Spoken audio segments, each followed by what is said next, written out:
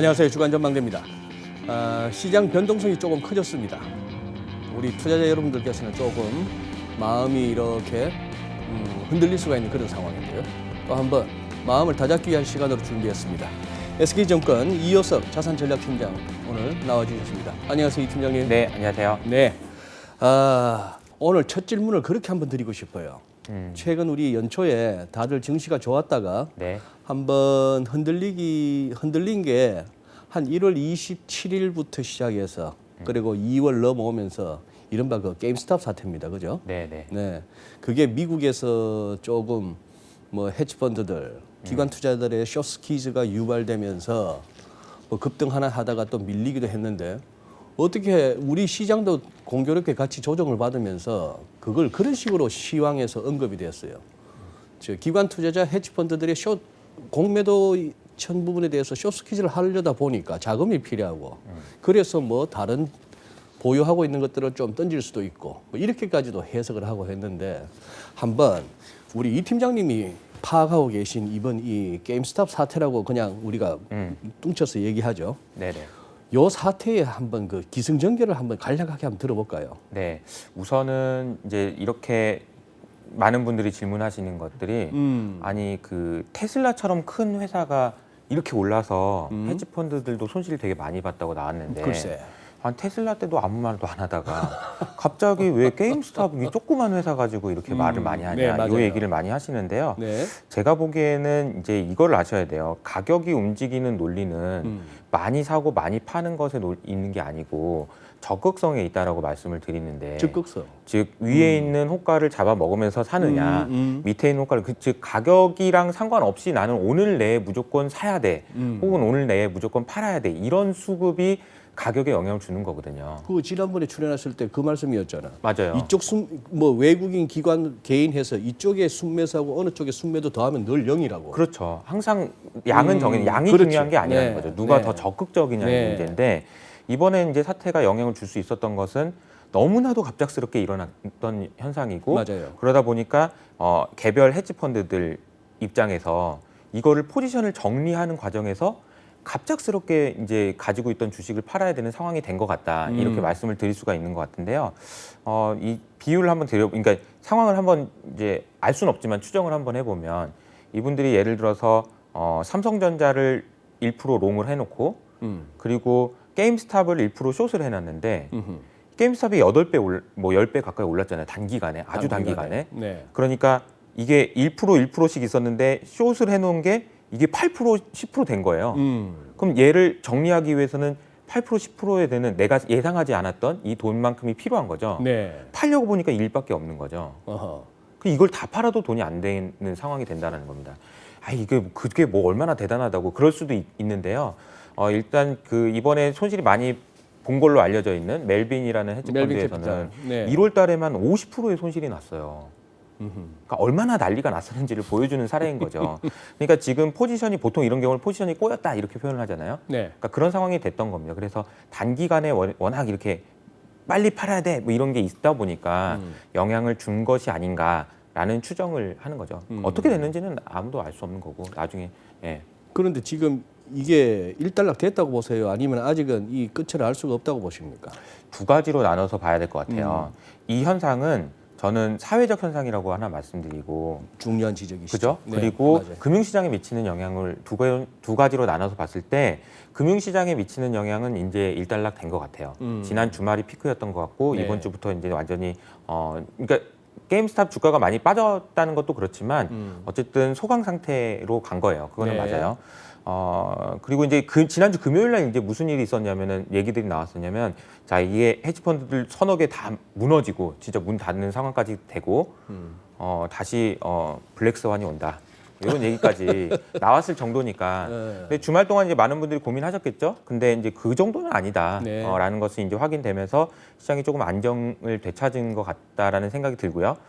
두 번째 사회적 현상이라고 말씀드렸던 것은 이 관련된 그 홈페이지에 들어가 보면 월스트리트 벳이라는 게시판에 들어가 보면 굉장히 많은 투자자분들이 본인의 아빠, 엄마 세대 때 2008년 때 우리 엄마 아빠가 그때 왜 일자리를 잃었어야 되냐 잘못한 사람들은 그대로 감옥 간 사람 한 명도 없고 이런 불만들이 굉장히 많았거든요. 지금 이번에 이제 이 사태를 주도한 것으로 알려져 있는 젊은 투자자들의 마음속에는 엄마 아빠의 슬픔 막 이런 게 있는 거죠. 즉 다시 말하면 구조적인 문제인 거죠. 양극화의 문제. 네. 이 양극화의 문제가 게임스탑이라는 것을 통해서 발현됐다라고 본다면 이 현상은 앞으로도 어떤 형태로 반복돼서 진행될 수 있는 그런 현상이 아닐까. 그래서 금융시장에 미치는 영향은 일단락 됐지만 사회적 현상이라고 하는 이 현상 때문에 나타나는 여러 가지 변수들은 앞으로도 당분간 지속될 가능성이 좀 있다. 이렇게 말씀드릴 수 있을 것 같습니다.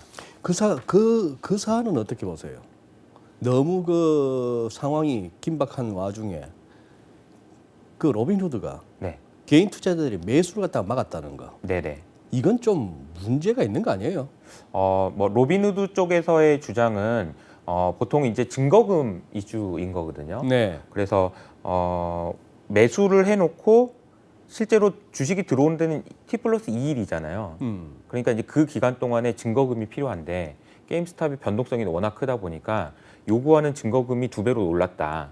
그래서 내가 어쩔 수 없이 그런 거다라고 하는데 이거를 뭐 어디까지 믿어야 될지 잘 모르겠어요. 이제 이거는 뭐 음모론으로 바라보시는 분들은 이제 뭐 둘이 뭐 짜고 쳤다 시타델이랑 뭐가 네, 뭐 네. 이런 얘기들도 있는 걸로 저 알고 있는데 그것까지는 제가 잘 모르겠고 어쨌든 이제 로빈후드에서 얘기하고 있는 얘기는 그겁니다. 근데 의외로 그래서 여기서 지금 호재로 바라보고 계신 분들은 야 지금 2021년이고 지금 어느 시대인데 네. 주식을 샀으면 바로 줘야지. 네. T 플러스 2일에 주는 게 맞냐. 그냥 바로 줘.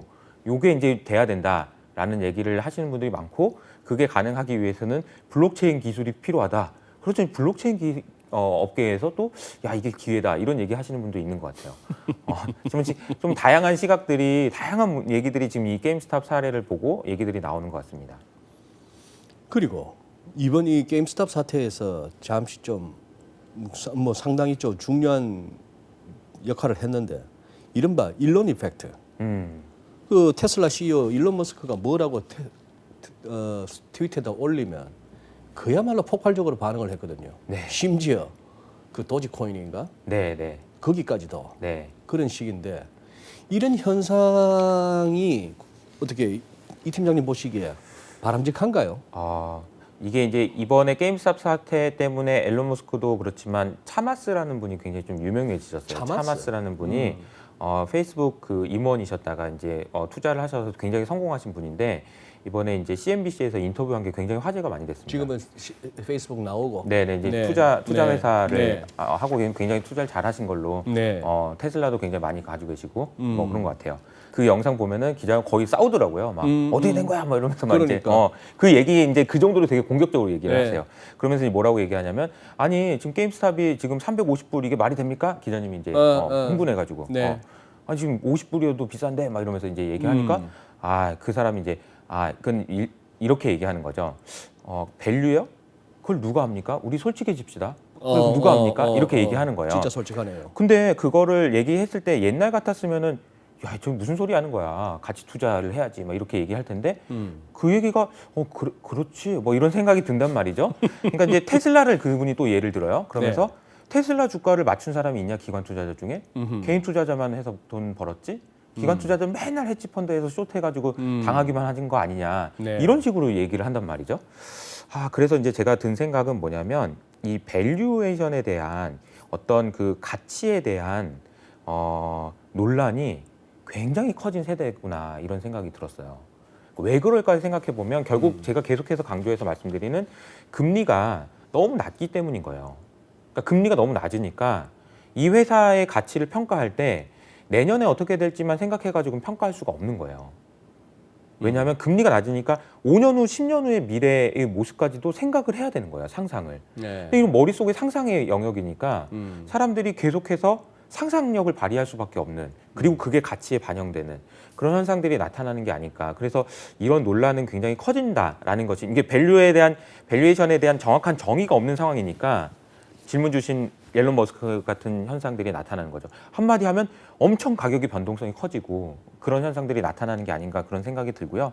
두 번째로는 제가 이제 이것과 관련돼서 다모다란 교수님이라는 그 뉴욕 대학교 교수님도 또 코멘트를 해주셨더라고요. 이제 그분이 얘기하신 거는 이 현상은 소셜 미디어가 만든 어떤 일종의 군집 현상 때문에 나타나는 것 같다. 네. 이렇게 얘기를 하세요. 네. 이제 우리가 보면은 음식점에서 음식을 먹으려고 이 주변에 맛집을 찾아볼 때도 사람들이 평가가 좋은 데로 가잖아요. 그렇죠. 이런 것도 비슷한 현상인 거거든요. 사실은 이게 되게 편하죠. 이게 보면은 어디가 맛집이지? 뭐 찾아봐야 될 필요도 없고 미리 안 좋은 집에 갈 필요도 없고. 하지만 거기서 그 소셜 미디어에서 제대로 된 평가를 받지 못한 회사는 항상 이게 문제가 되고 장사가 안 되는 현상.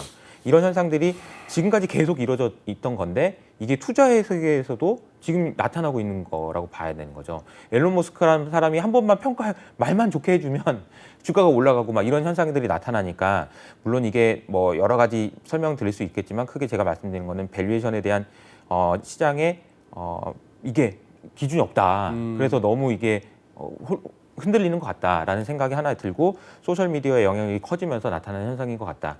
그리고 이제 결국에는 이게 버블 아니냐, 이거 끝나는 거 아니냐, 곧 있으면 이런 생각도 할 수 있을 것 같아요. 예, 저도 그런 생각을 아예 안 하는 건 아니지만 지금 과정인 것 같다라는 생각도 좀 듭니다. 네.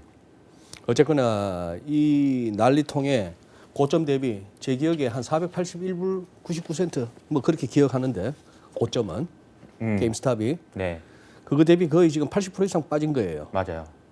그걸 갖다 계속 그 이른바 그 채팅방에서 볼 수 있는 가즈아 뭐 홀드라인 전열을 흐트리지 마라. 네, 이게 참 힘든 거예요. 이게 돈이 걸려 있기 때문에. 그럼요.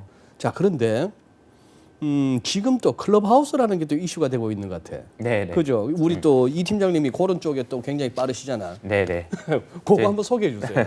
클럽하우스라는 게 이번에 또 이번 사태와 관련돼서도 또 이슈가 되긴 했죠. 네. 앨런 머스크가 거기서 한 번 했더니 일론 머스크가 그 로빈후드 CEO 아주 박살낸 그거 네. 그 오디오 앱이죠. 그쵸. 네. 근데 저는 이걸 보면서 되게 많은 생각이 들었는데 저도 이제 방송도 해봤거든요. 네. 그 앱을 잠깐 설명을 드리면 제가 이제 사용해 본 경험을 말씀을 드리면 일단 지금 현재 나온 것들 중에서 가장 현재 상황을 그러니까 온라인 상이 있고 실제 상황이 있잖아요. 실제 상황을 가장 잘 구현해 놓은 앱인 것 같아요.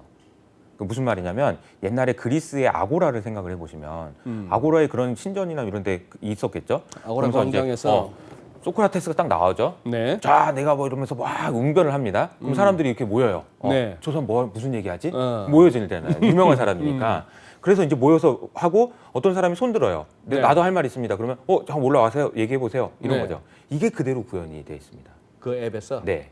지금 뭐 우리 시청자 여러분께서 스마트폰에서 그러면은 그 앱을 들어가 보려면 그냥 클럽하우스 앱을 까셔가지고 기다리셔야 돼요. 초대권이 올 때까지. 네. 그 지금 아무나 못 들어갑니다. 심지어 그래서 초대권이 중고나라에서 거래가 되고 있어요. 예. 초대권 100만 원에 팔겠다는 사람도 누가 있고. 초대하는데? 이게 제가 이제 한번 가입이 되면 초대권이 2장이 생깁니다. 가입을 하면 네. 2장밖에 없어요. 음. 그래서 2장 나눠주고 나면 더 이상 초대권이 없는 거예요. 그래서 이제 초대권 옛날에 우리 지메일 했던 거랑 비슷한데 어쨌든 그런 식으로. 그래서 지금 들어오려고 대기하는 사람이 굉장히 많아요. 근데 가입자 수가 제가 알기로는 거의 1,000만 명 가까이 되는 걸로 알고 있고, 근데 놀라운 거는 개발자는 3명밖에 안 된다고 하더라고요. 직원이 10명이고, 밸류는 지금 이제 300만 명일 때 1조 달러 정도, 1조 원 정도 밸류를 받은 걸로 알고 있고, 투자를 받은 거기서 걸로 알고 있고. 그러면은 시장 얘기만 하나요? 아니면 이슈는 아니요, 굉장히 주제는 다양한 이슈가 굉장히 다양한 이슈가 나오고요. 정치, 경제, 네. 사회, 문화 뭐. 아마 제 생각에는 우리나라 정치인분들도 많이 들어가셔서 하지 않을까? 아 그래요? 네, 그렇게 생각이 듭니다. 그 해프닝이 그래서 그 로빈후드에서 그 이제 개인들의 매수를 갖다 막았던 그 사태 때문에 일론 머스크가 그 클럽하우스에서 얘기를 했더니. 얘기를 하는데 클럽하우스에서 LA 타임으로 몇 시에 내가 그거 나간다 했더니만 클럽하우스 미디어 코퍼레이션이라는 주가가 그냥 날아가 버렸어요. 관계가 없는 전혀 딱 그죠? 이름만 비슷한 맞아요, 다른 맞아요. 회사. 이게 이제 어떻게 보면 이 또한 일론 머스크의 일론 이펙트의 하나의 또 어두운 면인데 사이드 이펙트죠. 예, 뭔지도 모르고. 그죠. 제가 이런저런 기사 보고 또 월스트리트 배치에서 올라왔던 이 많은 게시판에 올라왔던 글 중에 그 게임스탑의 그 뭐라 그러죠? GM이라고 표현하는 거야. 티크라 그러나? GM이. 예, GM이 이 무슨 회사지 게임스탑이 했더면 GM이라고 해놔서 제너럴 모터스 일렉트리카 아니에요? 이거는 자, 뭐 이런 참 우픈 현실인데 맞아요.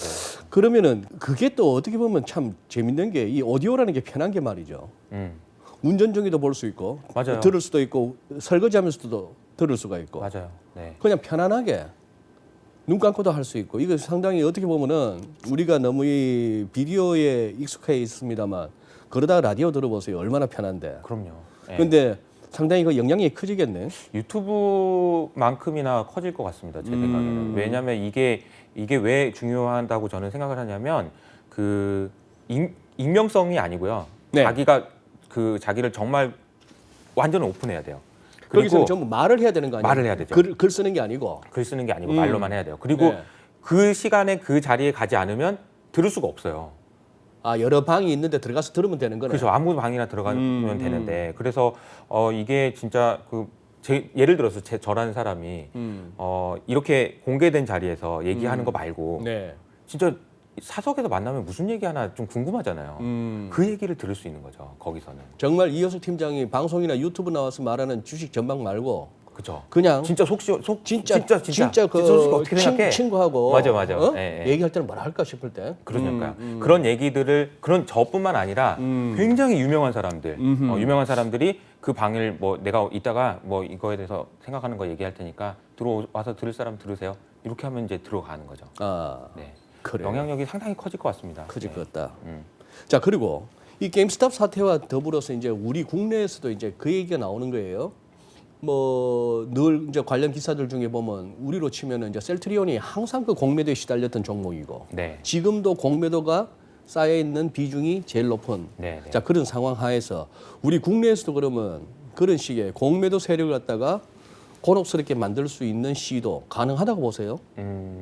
가능하죠. 네, 가능합니다. 가능은 얼마든지. 한데 끝내 이길 수는 있을까? 이거는 우리 시청자 여러분께서 저기 오해하시면서 들으실까봐 드리는 말씀인데 진정 이렇게 궁금한 거예요. 네. 과연 일시적인 어떤 매수세가 우리 게임스탑 사태에서 보았다시피 그 뭐 한 5불, 6불 하던 주가를 갖다가 400 몇 불까지도 끌어올리는 상황이 됐지만 이게 빠질 때는 금방 또 이렇게 50불 아래로 내려오는 네.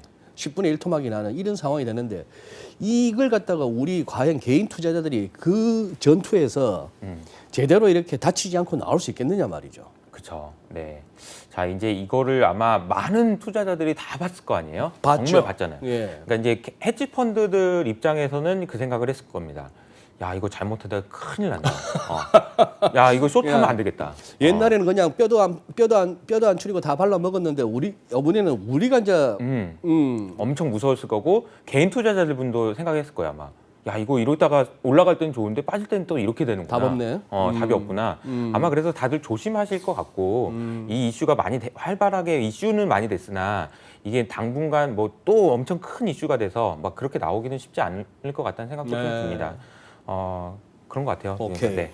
2월 4일 날 이제 목요일 날 뉴욕 증시를 봤을 때는 나스닥이 전고점을 열었죠. 네네. 자, 그런 상황이 됐는데 우리는 지금 이제 1월 11일 날 찍었던 장중 고점 3,266포인트.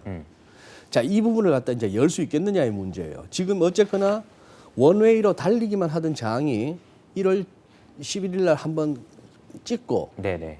그 찍는데 기여했던 여러 종목들이 있었는데 그 이후로는 지금 이제 조정 국면입니다. 맞습니다. 그러니 이제 우리 투자 여러분께서 어떻게 보면 작년 3월 이후 좀 더 이제 가깝게는 한 11월부터는 그냥 달려오던 장이 하루하루가 좀 왔다 갔다 하는 이쯤에서 이제 우리 이효수 팀장님의 또 이제 시황관이 궁금한 거죠. 네네. 뭐 저도 계속해서 긍정적으로 말씀드리고 있고요. 네. 뭐 주가가 방향성을 바꾸진 않는다 이렇게 말씀드립니다. 변동성이 커지는 거는 뭐 당연히 있을 수밖에 없는 가격이 올라왔으니까. 근데 이제 방향성이 바뀌지 않는다고 보는 가장 큰 이유는 기업의 펀더멘탈이에요. 그러니까 이제 금리가 낮은 상황이 유지된다는 걸 계속 말씀드렸고, 우리나라에 있는 기업들이 실적이 계속해서 좋은 방향으로 예상이 되고 있는 것 같아요. 그러니까 수출 데이터를 봐도 그렇고 전체적으로 다 좋은 상황인 것 같습니다. 다만 예를 들어서 삼성전자 같은 경우에 예를 들어볼까요? 삼성전자 뭐 주가를 제가 얘기하는 건 아니지만 삼성전자 실적과 관련돼서 많은 투자자분들이 기대를 하시는 게 있잖아요. 네. 이제 반도체 실적 특히나 반도체가 쇼티지라고 하니까 차량용 반도체가 없어서 차를 못 만든다는 얘기가 나올 정도니 반도체가 얼마나 귀한 거예요 지금. 그러니까 그렇게 생각하면 쇼티지네. 그 말을 듣는 딱 드는 생각이 야 반도체 실적 좋겠다. 글쎄. 네. 근데 생각보다 안 좋을 수도 있어요. 왜요? 왜냐하면 보세요. 반도체 그러니까 차량용 반도체가 없어서 자동차를 못 만들잖아요. 그러면은 그거 말고도 지금 이것 때문에 생기는 쇼티지가 생기니까 반도체가 필요한 제품들이 만들어지는 총량은 좀 줄어들 수 있다라는 거죠. 그러니까 이게 한 군데서 쇼티지가 발생하면서 다른 총량이 그러니까 반도체의 필요량이 줄어들 수도 있는 거예요. 그러니까 이게 제가 좀 설명을 다시 드리면 차량용 반도체가 부족해요. 네. 그래서 이 차량용 반도체를 만들기 위해서 다른 반도체를 만들던 걸 빼서 이쪽으로 옮겨가야 되잖아. 이쪽이 또 부족하네. 이쪽이 또 부족하고 막 이런 현상들이 나오면서 아마 이게 미스매치가 나면서 생각보다 실적이 조금 뭐야 이렇게 쇼티지가 난다면서 이런 정도는 아닐 수도 있다라는 얘기들이 조금씩 나옵니다. 그러면은 이제 그런 부분들도 잘 체크를 해보셔야 될 것 같고요. 대신에 삼성전자 같은 경우에는 시스템 반도체에서 실적이 어떻게 나오느냐 이건 굉장히 중요하죠. 그래서 실적의 변동성이 줄어들 수 있다라는 측면이 확인된다면 이번에는 이제 밸류에이션이 올라가면서 주가가 올라가는 현상도 또 나타날 거라서 좀 여러 가지를 잘 체크를 해보셔야 되는 부분이 있는 것 같아요. 그러니까 실적이라는 측면을 지금부터는 좀 잘 보셔야 될 것 같다. 네, 흐름을. 그리고 이거는 꼭 한번 여쭤봐야 되겠는데 요즘은 이제 순서가 개인, 외국인 기관 이렇게 화면에 뜹디다. 그만큼 이제 시장에 영향이 크니까 그런 상황에서 요즘은 이렇게 좀 돌아가요. 개인이 좀 쉰다 싶으면은 기관이 사든지, 네. 기관이 안 사면 외국인이 사든지 그렇게 가긴 갑니다만 그래도 큰 흐름에 있어서 왜 이렇게 주구장창 팔아요? 기관, 외국인 어떻게 보십니까? 이 친구들이 본격적인 어떤 매수세로 돌 만한 뭐가 와야 될 거 아니에요? 그 연기금이 매도하는 거는 이제 제가 파악하고 있기로는 그래요. 이제 주식이 예를 들어서 이런 비중을 딱 정확한 숫자는 아니지만 20% 있다라고 네. 생각했을 때 작년에 주가가 너무 많이 올랐잖아요. 네. 그러니까 뭐 예를 들어 30% 올랐다. 그러면 20% 가지고 있던 주식의 비중이 29%뭐 이렇게 됐겠죠. 근데 나는 원래 20%만 갖고 싶어. 그럼 9%를 팔아야 되는 거거든요. 그러니까 이제 이런 비중을 맞추는 과정에서 지금 아마 연금에서 팔게 될 물량이 아직도 많이 조금 있는 걸로 저도 파악을 하고 있습니다. 그리고 연기금이 대표적으로 이제 좀 주식을 좀 많이 팔았고 기관 투자자들이라고 하는 것도 결국에는 개인 투자자들한테 받은 돈을 운용하는 거잖아요. 네. 또 아시겠지만 개인 투자자들이 그 돈 빼서 펀드에서 돈 빼서 지금 개인적으로 하고 계신 거잖아요.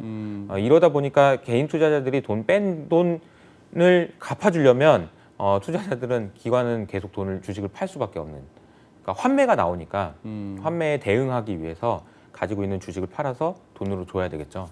그러니까 그런 현상들이 나타나다 보니까 기관들은 많이 파는 것 같고요. 외국인들은 아마 11월 달에 워낙 많이 샀었고, 근데 그 뒤로 이제 소강 상태 혹은 이제 매도 좀이가 많은 편인데요. 이거는 좀 시간이 지나면서 좀 해소되지 않을까 그런 생각이 들고 원화 기준으로 보면 워낙 강세가 워낙 빠르게 진행됐었잖아요. 네. 최근에는 조금 이제 달러가 고개를 드는 모습도 보이고 제 생각에는 달러가 좀 어느 정도 올라오고 더 이상 올라가지 않는다 그래서 다시 또 내려온다 이런 구간이 지나가면서 외국인들의 한국 주식시장에 대한 스탠스는 조금 바뀔 수도 있지 않을까 그렇게 생각합니다. 그 작년만 하더라도 뭐 니프티, 피프티 뭐 이런 식으로 해서 우리 이혁수 팀장님은 리포트를 낼 때마다 뭔가 섹시한 뭔가를 제시하셨어요. 네. 올 연초에는 뭔가 이렇게 이거다 할 만한 게 내세우고 계신 어떤 패러다임? 그래서 저는 이제 그 계속 롱 빅스 이렇게 말씀드리고요. 롱 빅스. 그러니까 큰 거. 빅. BIGS. 예. 그래서 큰 것들을. 큰 거를 사야 된다라고 말씀드리고 있고 살아남는 애들을 사야 된다라는 거 말씀드리고 있습니다. 그래서 빅스는 B는 배터리, I는 인터넷, G는 그린, 이제 정책과 관련된 겁니다. 그린. 그리고 이제 세미컨덕터는 이제 반도체죠. 배터리와 세미컨덕터가 워낙 주가가 많이 좋았고 지금부터는 저는 I와 G에 좀 주목을 해보자라고 말씀드리고 있는데 I는 이 인터넷입니다. 저는 주변에서 저한테 주식 뭐 사야 돼요? 맨날 물어보시는 분들이 많아요. 저는 이제 그리고 저한테 안 물어보고 와이프한테 또 물어보는 사람들도 많아요. 그래서 와이프도 이제 곤란한 거죠. 뭐라고 대답해야 되냐. 제가 항상 말씀드립니다. 언제 물어보셔도 저는 그냥 네이버랑 카카오를 사세요. 이렇게 말씀드립니다. 그거는 왜 그러냐면 개인 투자자분들의 돈의 성격은 사실상 영구자본이에요. 영구자본이라는 표현이 어떻게 들리실지 모르겠지만 연기금 아니면 기관들의 투자 자금은 언젠가 누가 돌려달라고 하면 줘야 되는 돈인 거잖아요. 연금도 마찬가지죠. 길게 보면. 근데 개인 투자자들이 주식을 한 돈은 꼭 팔아야 되는 상황이 아니라면 그냥 계속해서 가져갈 수 있는 거잖아요. 그러면 길게 볼 수 있는 주식을 사야 되는 게 맞다라는 거죠. 다시 말하면 오래 기다려줄 수 있는 주식. 그러면 먼 미래에 상상해보고 이 회사가 나중에 내년 말고 한 5년 후쯤에 어떻게 돼 있을까? 그 생각을 해보면 이게 중간에 무슨 일이 있든 뭐 그런 건 모르겠지만 우리가 큰 흐름에서 보면 온라인화는 될 거잖아요. 근데 거기서 승자가 누가 될 것인지, 누가 잘하고 있는지, 누가 지금도 이것과 관련돼서 투자를 많이 하고 있는지 이런 부분을 생각해 보면 네이버, 카카오는 너무 편안한 거예요. 그래서 주가가 뭐 30% 빠지면 누가 이렇게 좋은 거를 세일해서 이렇게 팔어? 그러면서 이제 사시면 된다. 이렇게 얘기하라고 제가 와이프한테 말씀을 드립니다. 그래서 인터넷 관련된 이제 주식들은 워낙 변동성도 크고 비싸다는 논란도 있고 금리가 올라간다라고 하면 또 뭐 빠지고 이런 일들이 있지만 저는 그냥 이거 안정적으로 계속 갈 수 있는 이게 추천드리기에는 제일 좋은 주식이라고 생각해서 작년 내내 말씀드렸고 지금도 여전히 지금 오히려 더 사시기에도 좀 좋은 타이밍도 아닐까 그런 생각을 하고 있습니다. 그리고 이제 그린과 관련돼서 또 재밌는 얘기 하나 해드릴게요. 그린. 주말 동안에 제가 놀라운 그 논문을 또 하나 봤는데 네. 22에서 나온 논문인데 네. 그린 QE라고 들어보셨나요? 그린 QE. 세상에. QE인데 앞에다 그린을 붙인 거예요. 한숨을 쉬시네. 아니, 그래 그 내용이 뭐냐면요. 아니 그린 QE를 했을 때 그 실제로 효과가 있는지 없는지를 분석하는 내용인데 참 그거 보고 제가 아니 헛웃음이 그린 나왔어요. QE의 정의가 뭐예요? 자, 이 QE는 원래 이제 양적 완화잖아요. 양적 완화인데. 중앙은행에서 돈을 찍어서 정부의 국채를 사는 거잖아요. 그러니까 예. 그러니까 중앙은행에서 돈을 찍어서 네. 그린 관련된 투자하는 회사를 사겠다는 거죠. 예, 회사채를. 예.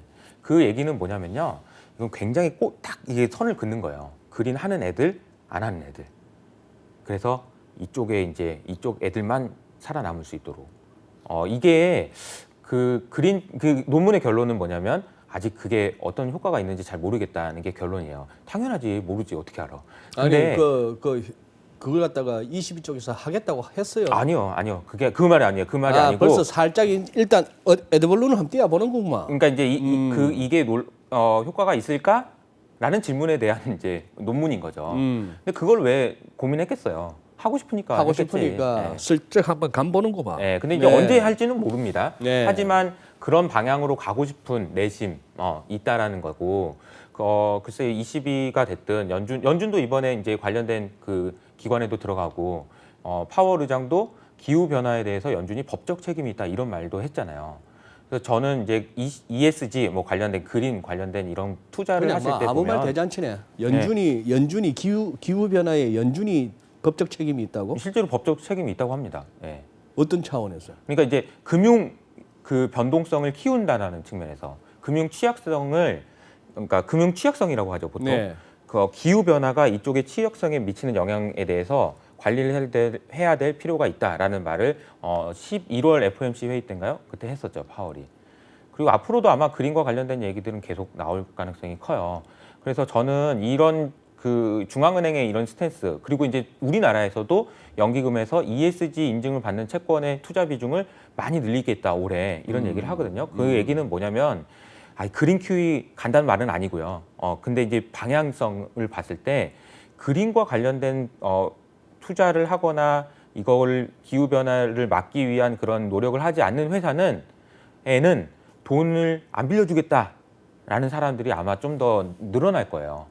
그러면 기업을 하시는 입장에서 점점 더 힘들어지는 거죠. 그래서 그린과 관련된 투자는 앞으로 이건 꼭 하셔야 된다라고 생각을 하고 있습니다. 시장이 알아서 해야 할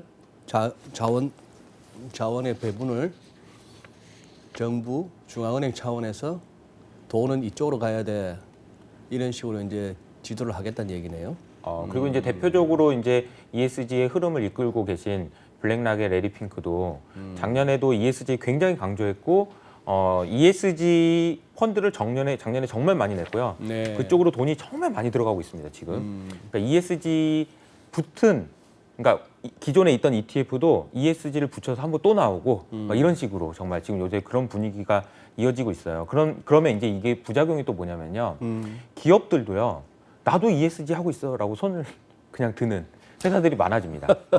그리고 그러니까 이제 투자자분들 입장에서는 잘 판단을 하셔야 되겠죠. 이거 진짜인가 아닌가, 거짓말인가. 그러니까 그런 작업들도 반드시 필요하다 이런 생각도 좀 하고 있어요.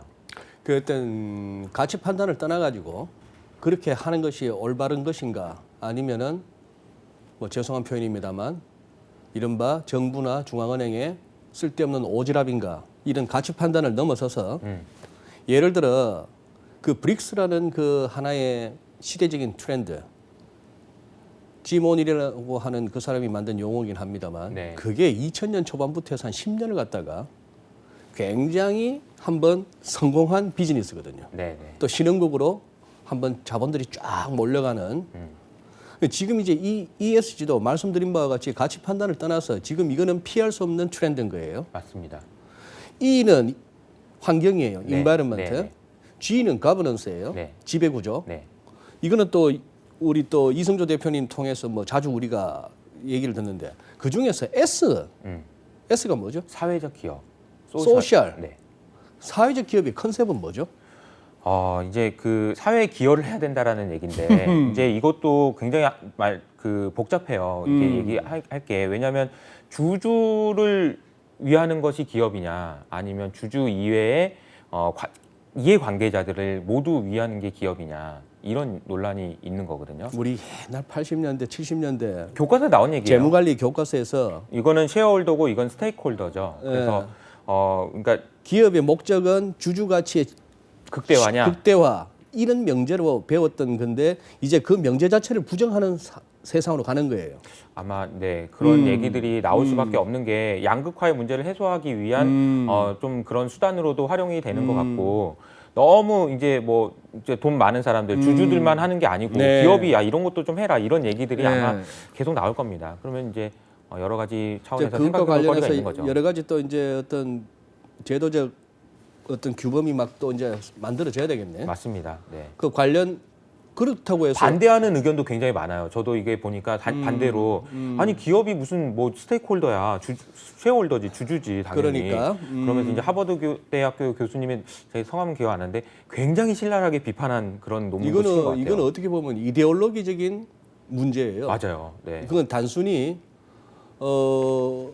이렇게 가야 한다라고 주장할 수 있는 것은 무슨 근거하에라는 어떤 저항이 얼마든지 있을 수 있는 이슈죠. 맞습니다. 그런데 이제 관련 종목을 찾기는 만만치 않네. 그 S 쪽에 소셜 쪽에 소셜 쪽에 그렇죠. 네. 지금까지 평가하기가 어렵습니다. 평가하기가 어려워. 네, 그 회사를 공신력 있는 기관에서 평가해주기도 어렵고 그런데 그게 어려워요. 그 중에서 그게 이제 어려워요. 워낙 요즘 ESG 하는 가운데에서 environment 환경 네. 그리고 또 그린 하니까 네.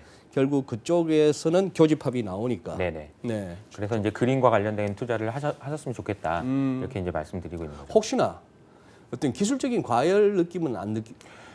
이 말씀을 좀 드려볼게요. 이제 좀 재밌는 비유를 오늘도 하나 드리면. 글쎄 뭔가 하나 섹시한 게 하나 나와야 되는데. 섹시한 거. 그 지난번에도 한번 말씀드렸던 것 같은데 이제 파월 의장을 제가 아빠에 비유하고 옐런을 엄마에 비유해서 이 두 분이 먼 여행을 떠나는데 종착지는 큰 아들이 인플레이션, 그쵸 긴축 둘째 아들이 고용. 그쵸 긴축이라는 곳으로 이제 떠난다. 자 이제 긴축으로 가는 곳을 떠나요. 근데 이제 첫째 아들은 인플레여서 앞으로 나갔지만 아빠가 이렇게 보면서 아이고 쟤 저러다가 다시 돌아오겠지 뭐 신경 쓰지 마 이렇게 얘기하고 있는 글쎄. 상황이라고 했고 둘째는 고용인데 무릎이 깨져가지고 저기서 그냥 아직 저 퍼져 있어. 네. 그래서 엄마가 가가지고 야 빨리 가자 이렇게 하고 있는 상황이라서 둘째 때문에 빨리 못 간다 긴축으로. 긴축으로. 그 말씀을 좀 드렸습니다. 네. 이번에 그 FOMC 회의 끝나고 나서 파월 의장한테 제일 먼저 물어본 질문이 게임스탑이었죠. 이런 과열 현상 어떻게 생각하십니까? 즉답을 피하면서 이건 우리의 비즈니스가 아니다. 나도 이런 얘기를 하셨어요. 그 얘기를 제가 이제 비유로 설명드리면 이 금융 안정이라는 것은 뭐냐면은 잘 모르는 애인 거예요. 옆에 걔는 챙겨갈 필요가 없는 거죠. 상대적으로 이 두 아들들만 챙겨가면 되는 거예요. 옆에 있는 애까지 같이 가기에는 고용이 너무 무리가 된다라는 거죠. 그러니까 파월과 엄마와 아빠가 긴축이라는 곳을 가기 위해서 금융 안정이라는 애가 있어 옆에 뭔가 길을 잃어가지고 이렇게 하고 있는 거죠. 근데 걔들까지 챙기기는 어려운 거지 지금. 그러니까 이 말씀은 무슨 얘기냐면 금융 안정이라는 것을 하기 위해서 금리를 올릴 수도 있다. 근데 그런 일을 내가 왜 하니? 이렇게 파월 의장도 얘기하셨잖아요. 그러니까 그 얘기는 뭐냐면 여기까지 챙기기는 어려운 거예요. 아마 오늘 밤에 이제 고용 지표도 나올 텐데 그게 나오면 이제 또 여러 가지 얘기들이 나오겠죠. 아이고 이 고용 이거 어떡하나. 내용상으로 보면 그것도 최근에 보면요. 60대 이상의 인구의 고용은 지난 20년 동안 굉장히 많이 늘었는데 60대 이하의 그 고용은요 하나도 안 늘었어요. 미국에서.